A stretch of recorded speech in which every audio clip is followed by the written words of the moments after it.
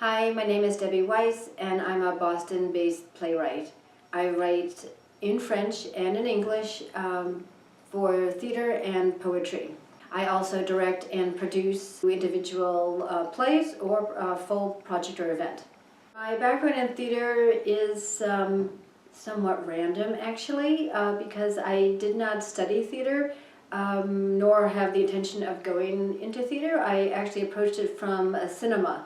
I was working with several partners on some screenplay and TV projects, trying to break into Hollywood, and finding that a bit frustrating. I thought that I would go into the theater, which was more accessible and perhaps another way to approach the cinema.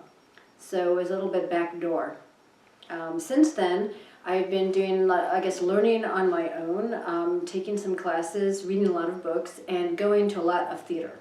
I came up with the idea for Proust and Joyce the Majestic through the new acquaintance I had made with someone who's in the Proust group over at the Boston Athenaeum. And he discovered that I was Francophone and Francophile and thought I must get into my Proust volumes. And in the process, he loaned me several books about Proust, his writing and his times.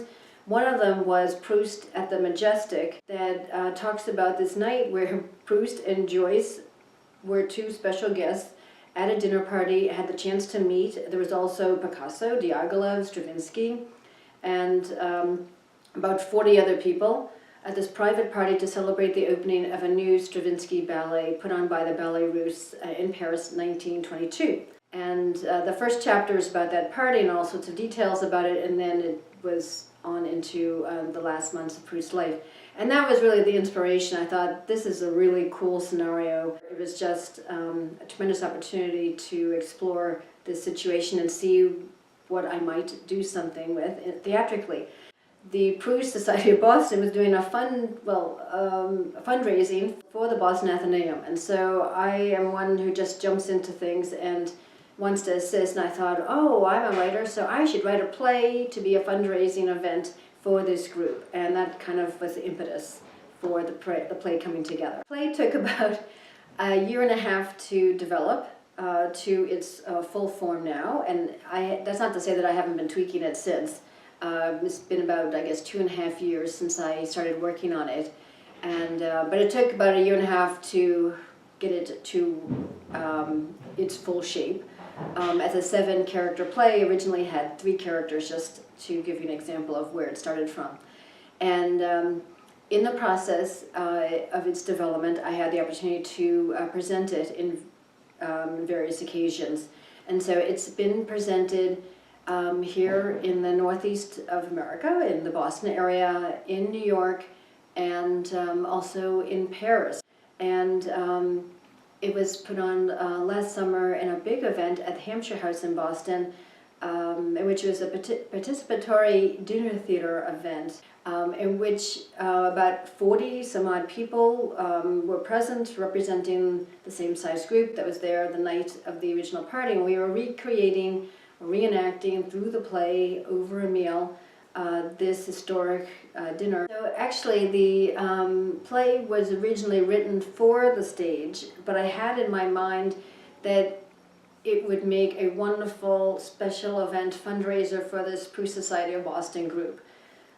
So the stage directions and the setup is very flexible, but it is kind of geared for a stage setting, and the play is basically adapted for whatever venue it's going to be presented in. May 18 this year, 2015, it's being put on at the French Cultural Center as a dinner theater experiential event once again, and it'll be in French. When one is creating one's work, and one method to get it seen in the public eye is self-production. That is a pretty rigorous course, but can be very satisfying because you get to see a project to fruition and see it up in the way you want it to be done. But it is a heck of a lot of work. What is important, I think, is to try and see where you can have a collaborative assistance with partners.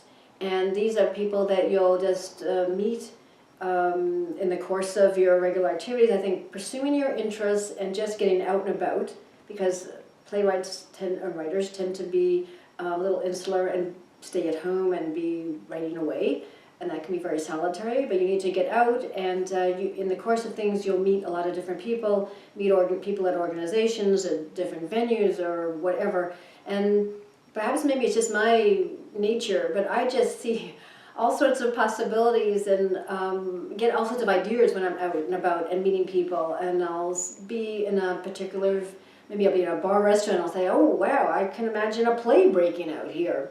Or you go to a church, you could put on theater in this church and have some thoughts about that. So I think it's just kind of my mind works in that way of just seeing these different possibilities and creatively approaching things. Because in terms of self-production, it's best to try and find venues that are free, and you'll find that by going to alternative routes as opposed to going to traditional theaters.